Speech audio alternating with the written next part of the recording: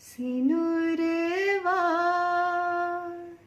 व्रती साथे सब लोग आवे,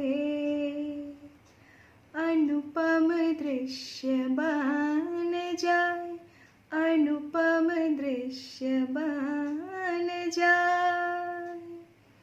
छठी घाट के छटा मनोहर,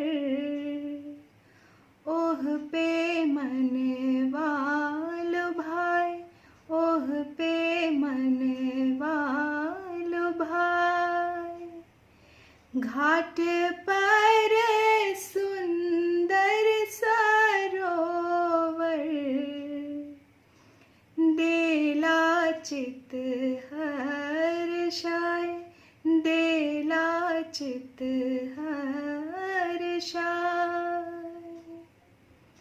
व्रती लोग एक साथ देवेली अर्घवा, नारियल केला नींबू सब रहेला फलवा।